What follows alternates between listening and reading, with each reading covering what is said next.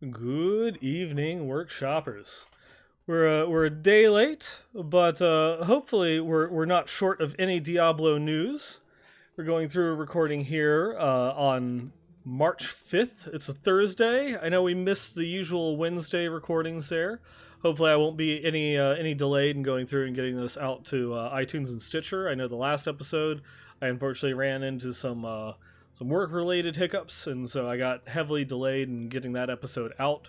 Hopefully, this one, won't be quite as bad as the delay on that last episode, but we shall see. But man, there's been a lot since the last episode, and we've got a lot to go through and cover. Obviously, as the show title, patches, inventories, and more. We've got the new 2.6.8 patch, season 20.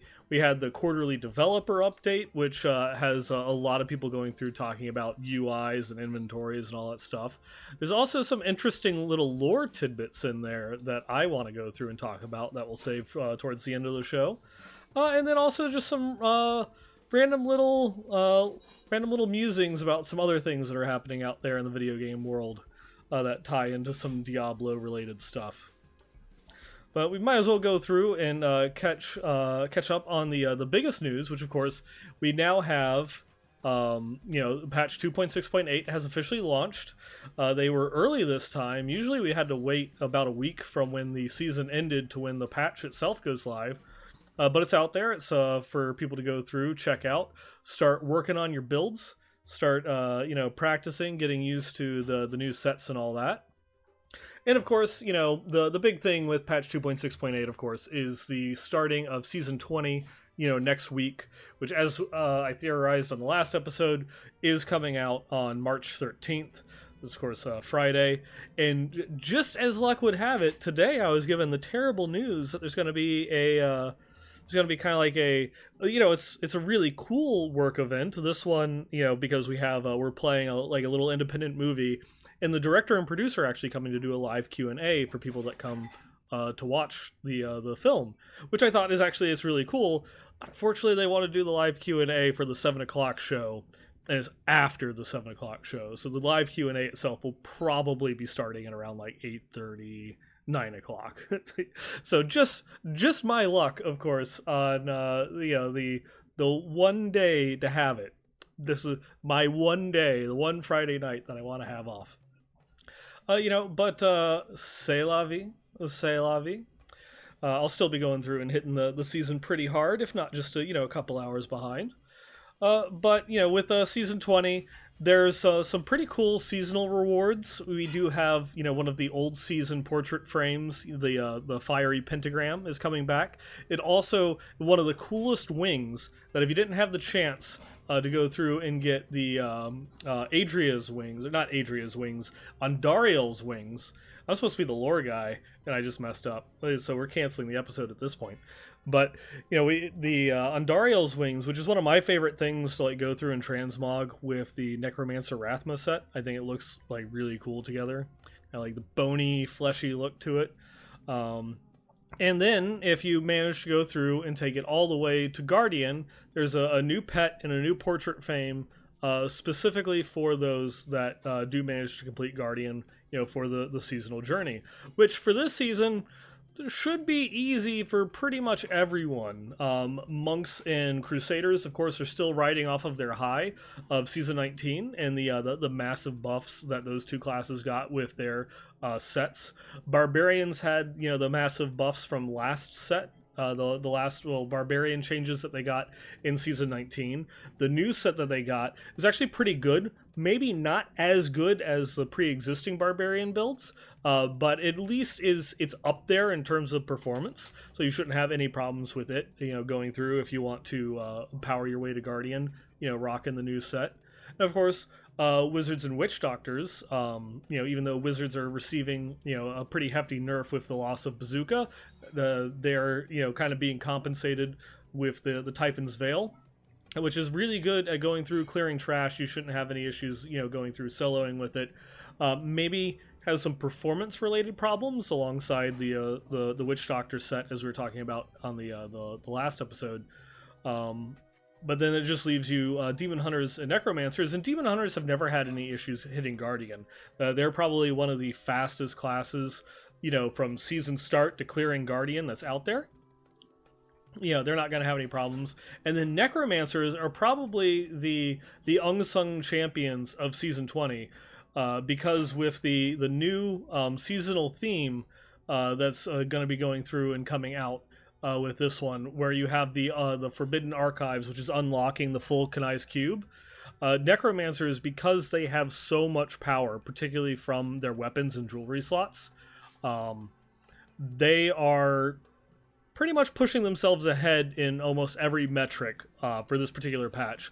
So this is, Season 20 is almost going to end up being the patch for the Necromancers, just because of the way that, that Kanai's Cube change affects them in particular.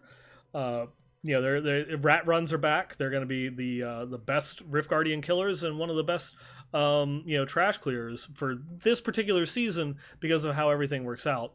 If you like playing Necromancers, it's a huge boon for you.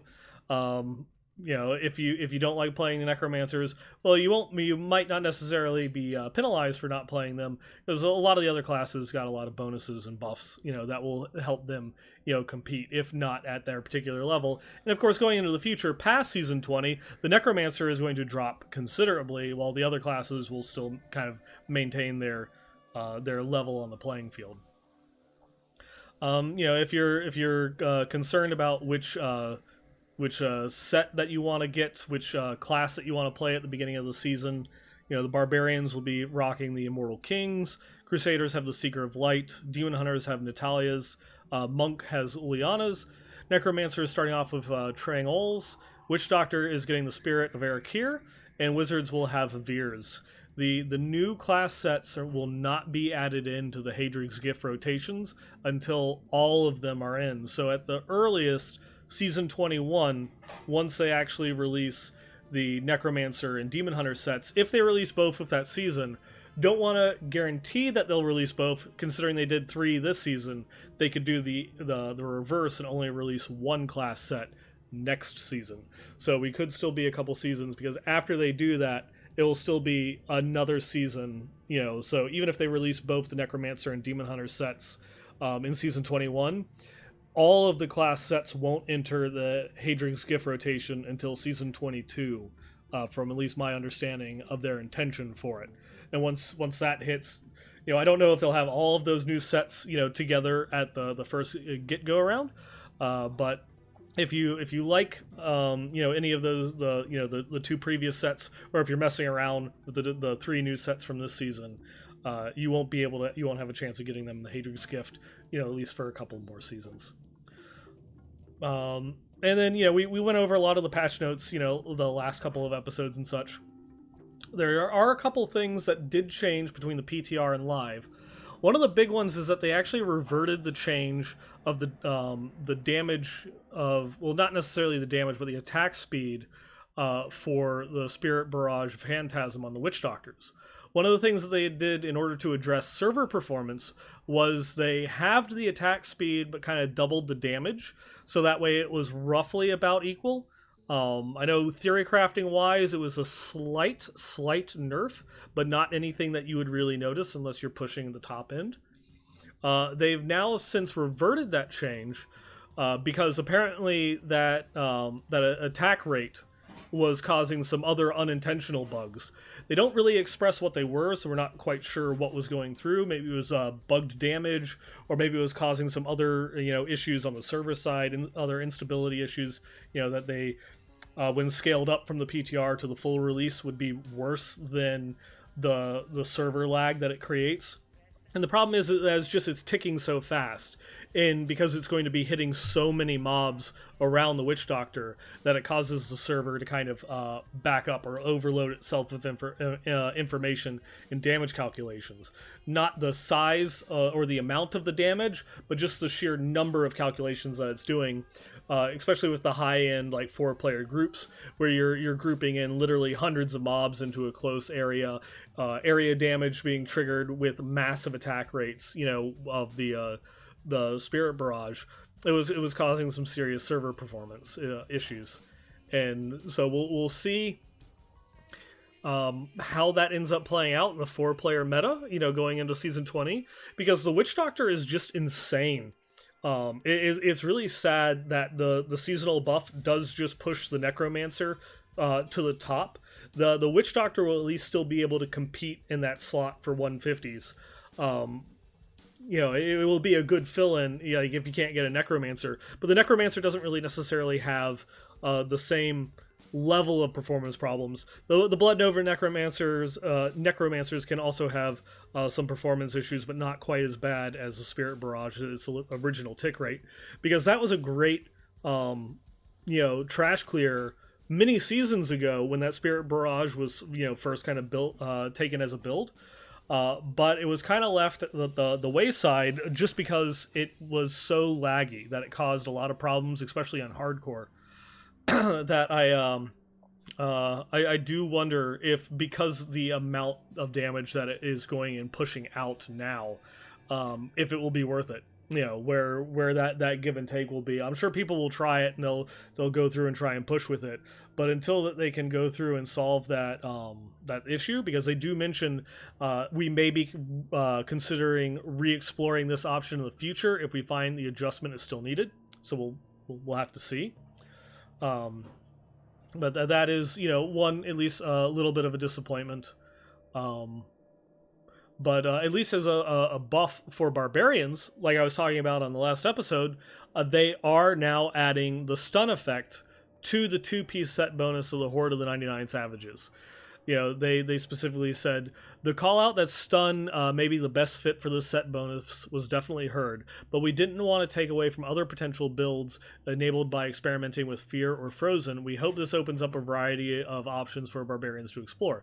Like I said, Fear and Frozen might not necessarily be too big of an issue in some solo settings, but especially at high end when you're trying to kill the boss solo, or if you're trying to be a Rift Guardian killer in a 4-man group, you're just going to run into that CC immunity issue with stun not being part of that trigger. So now that it is, you're going to have a much higher uptime on that 2-piece set bonus, since the majority of time it's going to be stunned before it goes immune, for its little window to then being stunned again. They did also, on the side of the Witch Doctors, this is a buff nerf. They changed the damage calculation for the 6-piece set bonus. Now, the wording on the previous bonus, where it was, dealt a amount of increased damage equal to 50% of your mana regeneration rate, wasn't quite accurate in how much damage it was actually dealing. Because it sounds like this 6-piece set bonus is more, where it's dealing the 20,000% increased damage, plus an additional percentage equal to 5 times your mana regen per second. So if you have 1,000, mana regen per second, then that's 25,000 damage, because it's 1,000 times 5, which is 5,000 plus 20,000, so it's 25,000. Whereas before, like if I have 1,000 regen, it's only plus 500% damage. But it's something in the calculations in the back end. It's actually a rather significant nerf to how much damage it does. But it does make it so that way you can take skill slots away that before you were just going everything into pure mana regen, to where now you can take other things like Pronado and such. So that way you can have things that buff the base damage of the skill. Will have a greater impact than just buffing your mana regen. So in a 4-player groups and such, it will have a minor effect. In solo, it's a lot more noticeable, the difference between the old 6-piece and the new 6-piece. If you didn't have a chance to mess around with it on the PTR, don't feel too bad, because the damage itself is still insane. Like I can't really state that enough, that you still shouldn't have any problems whatsoever going through and clearing pretty much almost any solo content once you're fully decked out. It also starts at a higher place, so the baseline, once you get the 6%, the 6-piece set bonus complete, you take right off the gate and start doing some insane damage without having to really like optimize yourself. So it starts at a higher place but doesn't scale as well as the old set bonus does. But effectively, solo 150s are still within the grasp of the Witch Doctor with just how insane this particular set is. And then the final round of changes is that they're continually nerfing Lawn Hydra for Wizard. So damage-wise, it should still be roughly the same. So Typhon's Veil, the set itself, should still be around the same damage percentage because they're continuing to nerf the Serpent Sparker and the Magistrate, while then upping the 6-piece set bonus for Typhon's Veil. So the Typhon's Veil set itself shouldn't be affected, but they're continuing to nerf the Lawn Mammoth Hydra build, which, as I was talking about on the last episode, the damages are pretty equal with before. Lawn had still a little bit of an advantage, but had the negative side of, again, has that the gameplay performance issue where Mammoth Hydra causes a lot of damage calculations, which then causes some lag on the back end, rubber banding and such. So it still has that difference. And from like the early takes with just a day and a half into the PTR, or not the PTR, but the live patch, it seems that it might not have been enough. Like the Lawn Hydra is still like way up there, though I don't know if that is specifically because the people are going to have the lawn set pretty much already set and ready to go, whereas they have to go and farm out the better pieces, well rolled pieces of the original set or the new set in order to get it up to that same level. But it does seem as if that the lawn build is the preference at the moment, but we'll have to wait after a couple of days. Probably actually a couple of weeks before people really get a chance to play around with it and see which one is better. But they're trying hard. They really want the Typhon's Veil set to be the top, and not so much the lawn. Which I can understand. You're going through and you're making this brand new set. You're putting a lot of time and effort into it. You want people to play that one, not just, oh, we buffed these little items and so go play lawn, and completely ignore the new set that we just spent a couple months working on. It's it's understandable, definitely understandable. But yeah, that's kind of like the long and the short of it as far as the new patch goes. It's gonna be a lot of fun once we get here next week on the 13th for the new season.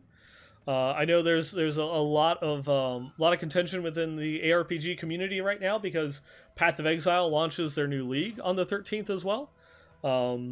So people are going to be split. We'll see. If you prefer Path of Exile and you want to go heavy into the Path of Exile, the Diablo season's still going to be there, for 3 months afterwards. So don't feel too bad about that. Just because you're not there for the season opener doesn't mean that you can't enjoy it. And the same thing is true if you want to go through and spend your first weekend. Honestly, if you go super hardcore into it, you can clear Guardian, in less than a day. You can have it done by Saturday. So you can, if you spend the weekend going through and really grinding it, really going at it, you can get Guardian, and then start your league just a couple days behind. For Path of Exile, the same is true. Or who knows, maybe you're still playing Wilson, and enjoying it since its launch, and as they continue to go through and patch in bugs and fixes and such. The next one, of course, that I wanted to go through and talk about is the developer update, which is probably one of the biggest pieces of information that we've had over the last couple of months. In this, we kind of get a twofer, because in the developer update, they wanted to talk about UI design, the controller support, couch co-op, and then also we get a little bit of the monster family for the cannibals, the design highlights, and kind of the idea that goes into designing these monster families that they talked briefly about at this past BlizzCon. We also have an introduction, into the updates themselves from Luis Barraga. And we've just kind of like going through and saying that maybe this one kind of is like this is like the introduction to what we can expect from these quarterly updates. Though they do point out that this one is kind of a twofer. So the amount of information that we might be getting from these developer updates might not be as big as some people were hoping for, especially considering that people want to know about items, people want to know about in-game, people want to know about character progression, and I can understand that, because those are the things that those are the things that are important. That's important to the longevity of the game. That's important to how long you're going to be playing it, how much fun that you're going to be playing while you're playing the game. Those are the things that you want to know about. But when the game is this early in development, I also understand from the developer side that they're just not ready to talk about those things. They don't have solid concepts to go through and show off maybe just yet. I don't think that they should hold off until the very end when they're fully developing that. They obviously should spend some time talking about those concepts, talking about in-game and items and what they're going through, and wanting to do. We did see a little bit of that, of course, after BlizzCon last year, where they talked about the demonic power, angelic power, and those changes that they're making to the itemization system. Where kind of in the vein of a rough draft, something that probably didn't even exist in the game, and I wonder if they do have it in the game now, the angelic power systems and such. But they did want to go through and talk about the UI design, because that was something that they received a lot of feedback. And besides, your theoreticals, which is your in-game, your skills, and your itemization, that those things are still kind of like way out there and are very an early concept. Some things, some of the big complaints that people had was the UI, the way that the inventory was set up, or even just the item icons themselves. They were very painterly, very featherly, I guess I could say. That they were designed more as kind of like paintings than actual physical close-up representations of the 3D item that you were wearing.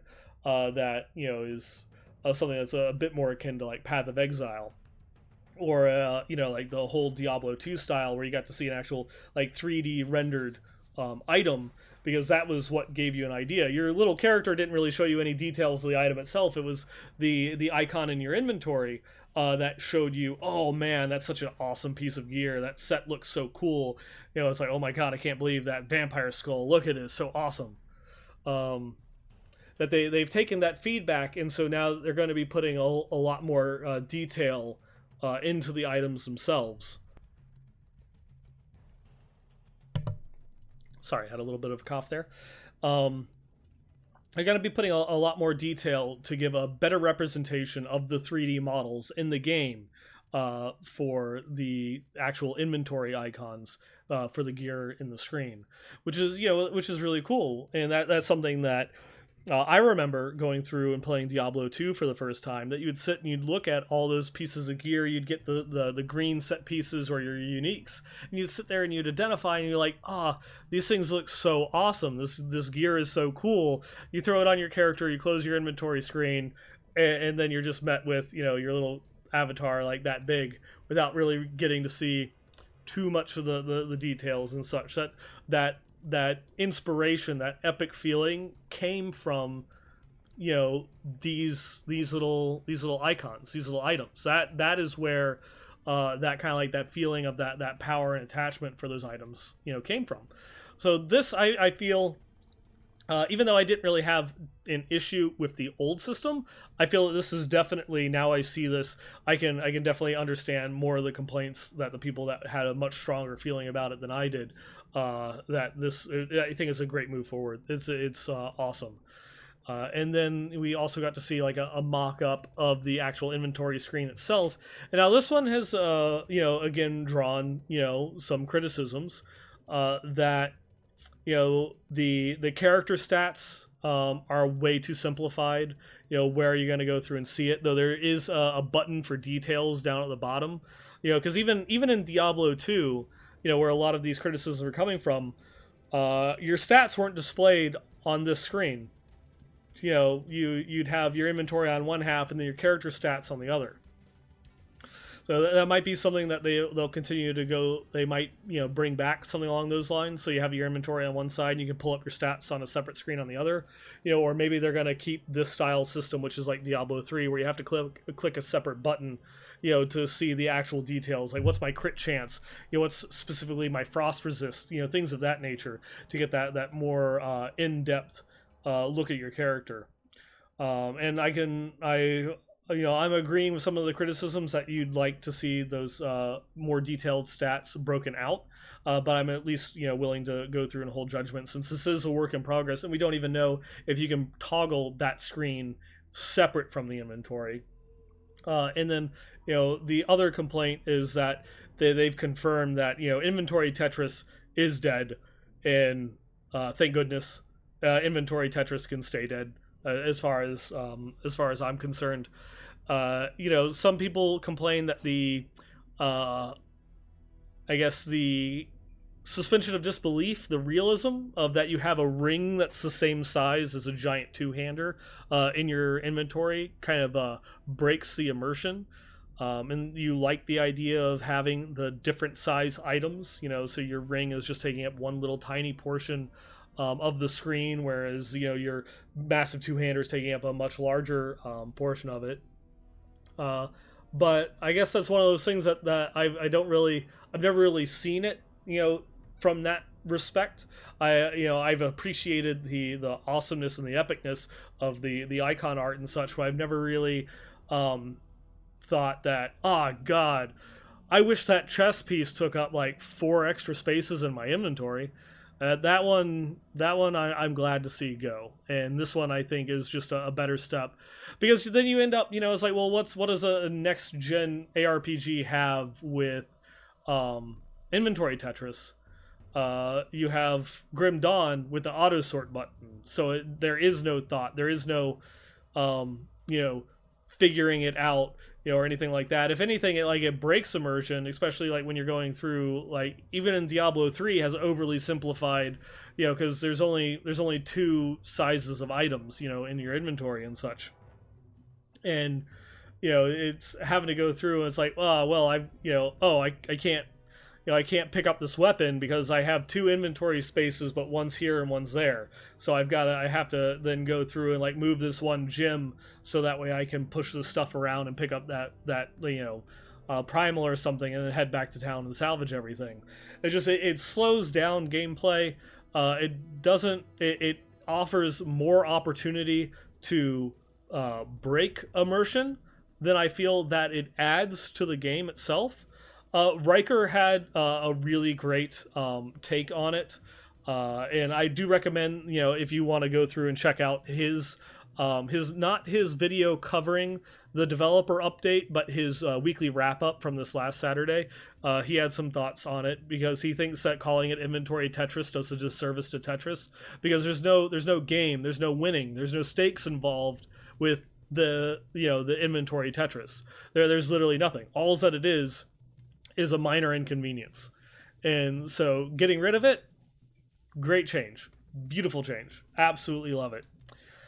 They also confirmed, that they will allow you to rebind the left click, which is definitely a great step forward, for modernizing ARPGs and just allowing the player to have complete control over their key bindings. There shouldn't be any reason that a player can't rebind any of the key selections to anything that they want it to be.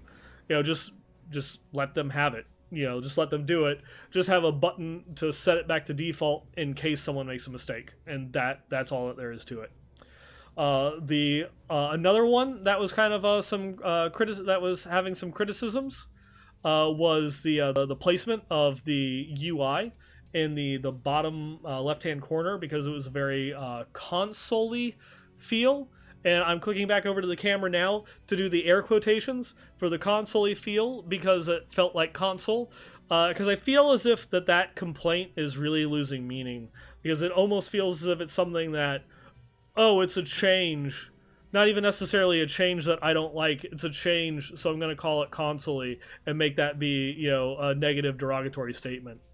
And it just gets thrown around to anything that anyone doesn't like, oh, it was dumbed down for consoles, and it's not a it's not a it's not a great complaint. It's not a great argument, and you don't really have a lot of substance behind it. Oh, it feels console-y. And um, but again, this is another one of those ones where, Blizzard is going back. For PC, your default orientation for the UI will be in the center, but there will be an option to go through and change it, to the left-hand side if you so choose. Again, options are good. Giving the player more control, more options to customize their, experience with the game. There's, besides the developer time and costs, there's really no downside to it. The more choice the player has, the more you're going through and empowering them. They also go through and make note that they are going to add controller support to the PC. And now a lot of people are going through and, again, having that complaint that they're catering to console players and such. That when the console version of the game first came out and a lot of PC players were just trying it, that was actually probably one of the most requested features, was to have controller support on the PC, because the game plays so well on the controller. Obviously that there are a lot of things that you can't do on the controller, such as the Energy Twister build. I don't know after the new Typhon set, but on console, the Energy Twister build for the Wizard is still the top build, because they can't play the Meteor builds. Any build involving Meteor is kind of unplayable at the high end for console Wizards. You can make it work, but you don't have control over where the Meteor drops. It just drops a set distance directly in front of your character when you cast the spell. So that there will always be more control and more fluidity when playing with the mouse and keyboard. But for those people that might be taking just more of a casual stance to the game and not necessarily, caring about min-maxing every single aspect of the game, they could very well just want to sit back on a widescreen monitor or even have their PC connected up to their TV and just play with a controller, in more of a casual setting, which again, choice is good. And they do acknowledge the fact that it does create some difficulties when making a unified UI between a controller setup and a mouse and keyboard, because you can definitely see that with the current iteration of Diablo III on consoles, where the character screen, the inventory UIs, the skills and stuff like that are radically different from what you have on PC. And so they're trying to make a more simplified system that will be universal between both console and PC, because this one is being developed simultaneously for both console and PC. They do say this is the first time that a Diablo game is being developed simultaneously for PC and consoles. Though we do, I guess, have an idea that the Diablo 3, even though, Diablo 3, I guess, what would it be? The way of phrasing it, I guess that they're coming from the angle that Diablo 3 was developed with a console port in mind, but the console version wasn't necessarily developed at the same time. Is what I guess what basically what they're saying. But this is the first time that is being simultaneous for both PC and consoles, and so it's tackling the trouble of the UI. Is a new thing that they're going through and dealing with, since they want a unified experience between both plays, especially when having controller support on the PC itself.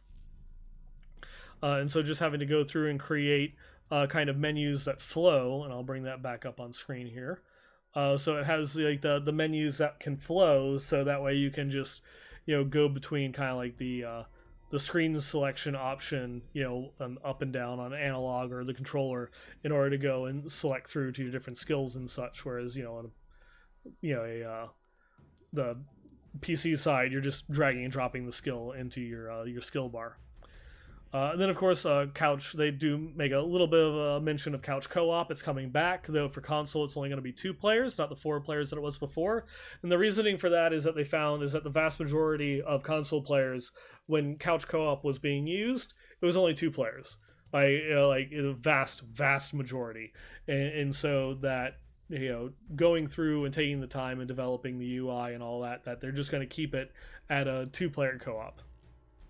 You can of course still have whatever the max player count will end up being, for the game, which might be 4, maybe 5, probably not going to be 8.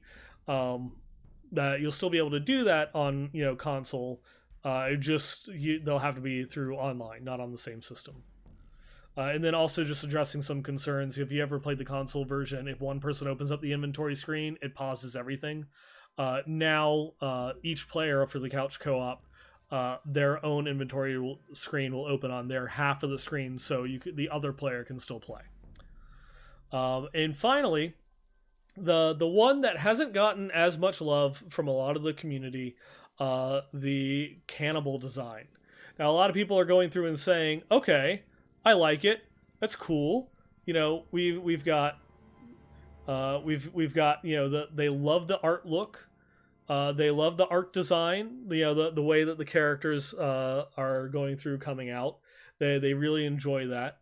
But it's like one of those it's art. It's art and monster design. That's cool. I want in-game. I want items. I want more actionable things. But these are the things that help make the game flow. It helps it makes the Diablo feel like a world, and that you're not just like grinding through things, which I do hope that they keep a bit more of a focus on when they are designing in-game content. It's a little bit less like Greater Rifts, where it's just a whole bunch of random shit that's thrown at you in a random tile set. And that if I go to those like the Cliffs of the Drowned, from like the demo where it has the drowned mob family with the dang it, what was it, the big act boss, I think, does it have the name in here, the siren or banshee or whatever it is, so that every time that you go in there, it is going to be like kind of like that same monster type that you'll be going through and fighting, so you can at least maybe min-max your build a little bit, that we know that we're going to be fighting the drowned. It's a whole bunch of swarmers, and so we have to make sure that we're bringing someone with the AoE clear, versus say the cannibals, which they do have kind of like a swarmer type, but maybe not as numerous as what the drowned will be. Or maybe you'll have another monster type, like some sort of like a big bruiser monster, like the venom lords and such. That there's not going to be a swarmer, that they're all going to be like these bruisers or bosses. So you don't really need AoEs quite as much. You need things that can do a lot of single target damage. Having those themes, with those families means a lot more if you can keep that consistency in the game world as well. And so you can kind of have a bit idea of what to expect when you're going into those in-game dungeons, to tailor your gear setup or your characters for it. But of course, we got a little bit of lore, to go alongside, with the cannibals. For those that might not have checked out the article, or just want me to go through and reread it, long shot. There's from the website itself. Corpses riddled with bite marks, splintered bones scraped clean of marrow, tongues sawed off, and eyes gouged out of their skulls. These are the bloody fingerprints the cannibals leave behind, if they leave behind anything at all. No one is certain where they come from, but some legends claim that they are a former tribe of barbarians banished from Ariat years ago. Whether their cannibalism led to their exile, or developed out of desperation afterwards, is unknown. The outcasts brought their endless hunger to the dry steppes, and from there they spread to the far corners of the world to prey on lonesome caravans and unsuspecting villages. The few who have survived the encounters with these butchers share the same stories. They tell of their mad fire that burns in the eyes of all the cannibals, and how eating the flesh of their victims as battle only fuels their hunger for more. They whisper of the unlucky souls spared in the attacks, hauled off like livestock for the raiders to pick clean until their next hunt, and then they say no more. The silence speaks for them. Sometimes it is better to die than to live and remember. Like that's just so Diablo right there. That's something that's just so awesome. Because it's something you don't see too much in the Diablo games is having actual, mortal human foes. It's always, monsters and demons, the undead, ghosts and goblins and stuff like that. But now we're actually going to have, these at least one family that we know of actual just humans. Diablo 3, there was a bit more of it because we had like the cultists and such, but we'll have the cultists again in Diablo 4, and now we'll have cannibals where you're actually going to have like actual human threats and such. And this triggered a memory in me, and something that I wanted to go through and bring up, because it sounds very, very similar to something that we've seen before. In the old Diablo 3 kind of hype comic, the Sword of Justice that was going through and coming out, in preparation for like the original launch of the game, we saw the character Jacob going through and facing off against a tribe of kind of rage-induced barbarians that had been infected by this called the red, I believe it was the rage plague that caused them to just go completely balls to the walls berserk, and everything involved blood. They just start having these like red glyphs carved into their skin that constantly bleed. They're bleeding out of their eyes, their mouths. They indoctrinate new people into the plague by bleeding, by forcing them to ingest their blood, the blighted blood. And we later find out that it's actually a demonic possession from this powerful demon called Malice that's going through and infecting them all. And they're kind of like a very like cannibalistic, just blood frenzy barbarian tribe. And this sounds a lot like the cannibals. And it also makes a lot of sense because the barbarians that take place in this comic come from the Owl tribe. The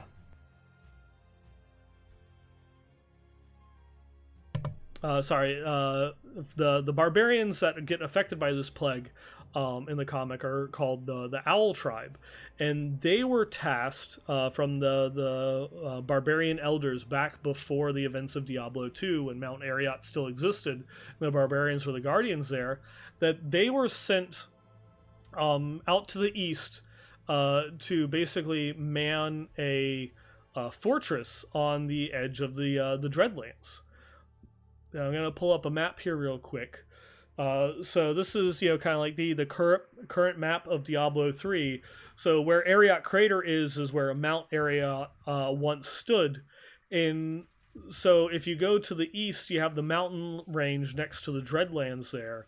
And so this Owl tribe was sent out there, to that area to basically defend the barbarian territories from any threats that might come from the Dreadlands. And while the Owl tribe was there, they were attacked by a bunch of, I guess they weren't really described, but just warriors, enemies that came out of the Dreadlands that, fought as savages, going through bleeding. They were able to overpower the barbarians, take the leader, and the leader of these savages basically slit his own throat to pour his blood, into the mouth of the barbarian chieftain, which was Chieftain Kelric. That he then became infected by the blood plague and was the main source of possession by Malice, in these barbarian tribes. And what ended up happening is that this kind of like plague spread and was going through and caused some internal strife between the barbarians and such as they went to go through and find more people to spread this infection to. Then you had the events of Diablo II, the explosion of Mount Arreat. It kind of decimated some of their numbers, actually caused the purity of Tyrael sacrifice actually cleansed the plague from some of the barbarians. And you got one of the characters in the comics that is, formerly of the Owl tribe that wants to seek the redemption, for their people. And the reason why this also clicks even more is that where do the Dreadlands play into this? Well, you can see here on this map that this section in the center here, that is the Dreadlands. And just to the further east of it is kind of not necessarily a land bridge, but the closest point of connection between kind of like the kingdoms of Ivgarad, the Aranok Desert, and Khanduras over into like the main body of Kyrgyzstan and such, is the connection between the Dreadlands and the Dry Steppes. So this blood plague, in the Malice infection originated out there in the Dreadlands. It definitely is starting to make a lot of sense that if we have these cannibals that are going through and just kind of like showing up over there, hungering for human flesh and blood and all that stuff, that, timing also kind of plays into it because, the events of Diablo II, they took place 20 years before Diablo III, and then now if another unknown level of time skip from Diablo IV, if it takes place another 20 years or 50 years, you're talking a couple of generations ago that these people were infected out there in the Dreadlands, so they could easily be going through and continuing to carry, some form of that taint. Now, spoilers, in the events of the Sword of Justice, the Demon Malice is purged and the Rage Plague is cured. But it doesn't mean that it was completely negated. What about those barbarians that had succumbed to the Rage Plague and liked it, and decided to go through and keep those kind of savage cannibalistic tendencies, and this continued to go and hunt and kill people, form their own tribe and such, and then call other like-minded savages to them. In addition, Diablo IV, whereas the Diablo setting has always kind of been dark to begin with, we have to remember Diablo IV is taking place after Reaper of Souls, and this is the closest like this, that you're going to have to like a medieval post-apocalyptic scenario going on. Whereas in most places, there's the apocalypse and then society reverts back to like medieval times. This is like an apocalypse that happened during the medieval times. And what type of crazy insanities are going to come from there? And so that's kind of like some of my thoughts that are going on. Could the cannibals be a new infection from this demon Malice? Since, he's only banished. We know that demons can't be killed. Diablo and them always go through and come back. Even Iswal, is able to reform and come back even after being, killed in the past. So, a demon like Malice that's so powerful that he's able to possess multiple people at once, he could easily go through and a couple of decades later have the strength or the ability to come back and start infecting more people. He could be the reason behind these cannibals, or it could just be those people that were infected by it originally. They just are now broken and just continuing on without the demonic influence. But the fact that it tied in to like some sort of former barbarian tribe, I would not be surprised if we go through and see the lore in the game as we learn more about those cannibals, that they have their connections go back to the Owl tribe, from the Sword of Justice comic. That'd be pretty cool. That would be awesome. Just because it kind of like keeps it keeps a continued narrative where they build off of things that came in the past and find ways of making kind of like these little standalone stories like the Sword of Justice be relevant, into the new game, like the new era. At least, from, my standpoint of really enjoying lore and enjoying stories and, the world and setting of Diablo, as dark and bleak as it might be. And on that note, that does also remind me that we do have another, like one of those like little updates. Rod Ferguson, as we went through and were mentioning before, is the new kind of like franchise lead for the Diablo series in total, not just Diablo 4, but all of Diablo. So Diablo 3, Diablo Immortal, and Diablo 4. He started his second day, and he says, I just got access to the Diablo IV art archive today, and oh my god, there are some very beautiful yet disturbing images in there. Very cool. So much talent on this team. Excited. Also, nightmare fuel. Any possible picture attachment has been redacted. Which, of course, they're not going to go through and show off, anything just as of yet, but it's good. It's good to see at least kind of like an outside voice go through, get access to that, and be like, oh yeah, that stuff's awesome. That would be that's just, to me, man, cool. We got more cool stuff coming. I can't wait until we see more of these art updates, because like the cannibals look awesome. They look amazing. The artwork that we got from BlizzCon looked amazing. We got to see a little bit more of the scenery and such, because we only got like little tiny snippets of each of the zones, and so getting to see more of what the dry steppes might look like is cool. Just seeing these kind of like arid badlands. If they show off more of each zone, like with every update, like the next update we get to see some Fractured Peaks, the one after that we get to see something from Hawazar. It would be nice if they did like these twofers every time. Let's talk some game mechanics, and then let's talk some art, or let's talk some story, and that they kind of like go at it from that angle, where they have like those kind of like two, like a hard topic and a soft topic in each one of them, to just kind of like have an overall address to everything. It also makes it so that way if they want to double down on one particular piece or not, they're ready to talk about in games. We're just we're gonna dedicate a double-linked article just to this new. Let's show off this in-game system. Here's like the replacement Paragon system or whatever that they have going through and working on.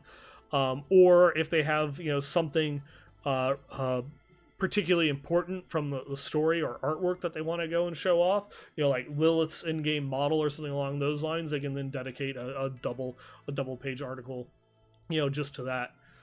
It gives a little bit of freedom and what have you.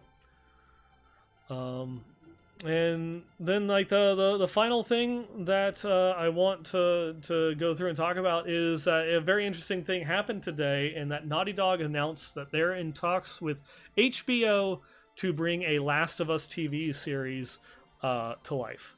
And we were talking about this on the last episode, and the Diablo Netflix series is confirmed. Today was also the release of season 3 of Castlevania, which looks amazing, by the way. If you've not watched any of the Castlevania series, go and do it. It's they're just like 20-minute episodes, and season 1 is 4 episodes, season 2 is 8. So it's something that you can binge watch in an afternoon. We need Blizzard to start talking about this Netflix series. You have to be so far along in development of it. Like Naughty Dog is just going through and saying, "Oh yeah, we just signed the contract. We're going through and doing this," and that is it. They got nothing else to show. Like Blizzard is far beyond that step. If they're in pre-production, they've got stuff to show. They've got some story or some concept art or some characters or something like that. Rough sketches, storyboards. They got something that they can show. Let's see it. Like, it's just going back to the whole Blizzard has their own way of doing things, whereas other places are like, we've got these really cool projects and we want to go through and talk about them. Like especially things like Netflix series or TV shows and other movies and stuff. We want to talk about it early. We want to talk about it often. We want to get people hyped up on it. And Blizzard's just like, no. We don't want to show anything until it's ready. And it's just like, just show us. Come on. We need something. James Bond just got delayed because of the coronavirus. We need something in these dark times. And we want it to be dark. We want Diablo. Come on, Blizzard. You can do it. But yeah.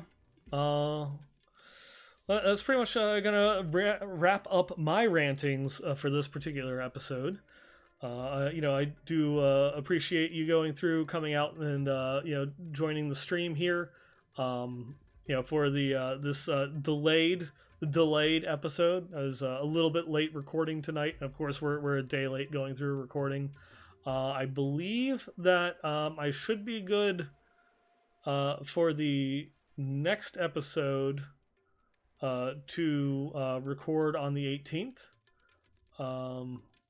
Actually, no, I won't. So crap. It looks like we'll have another delay. So episode 120 or 182, get my numbers mixed up there in my head, will probably end up being recorded on Thursday the 19th for those that want to go through and catch it live. Yeah, which then of course makes the outro part a little bit difficult when I go through and say, it's like, go through and catch the show live every other Wednesday at twitch.tv/BlizzPro at 9 p.m. Eastern, 6 p.m. Pacific, when it's going to be a couple of weeks of not recording on Wednesdays. But hopefully some of these events will go through and die down a little bit, and I'll be able to get back to the regular Wednesday recording schedules. We shall see. Just keep your eyes peeled, over on the Westmarch Workshop Twitter account at the WM Workshop. Or always feel free to go through and drop me a line at westmarchworkshop@blizzpro.com. If there's any topics that you want covered, anything that I missed, anything that you disagree with, especially, I'll be recording the next episode after the new season launches. I'd love to hear how your opening weekends go. Any cool items that you go and find, your thoughts on any of the new sets or the season bonus itself. Just drop me a line at westmarchworkshop@blizzpro.com. Definitely appreciate your feedback. Or if there's anything, I like story, I like lore. If there's anything that you want me to cover, like maybe in a breakout lore segment, just let me know. And of course, you can find pretty much everything that I cover here on the website over at diablo.blizzpro.com, or for the website that I write for at diablofans.com. You can also find us in game. We're the BlizzPro clan or the Westmarch Workshop community, and then you can always follow me individually at Neinball Gamer. And I will definitely try to stream the season opener once I actually get home to stream over at twitch.tv/Neinball. And with that, I thank you again for coming through, listening to this episode, or joining me here live, and I will catch you all next time.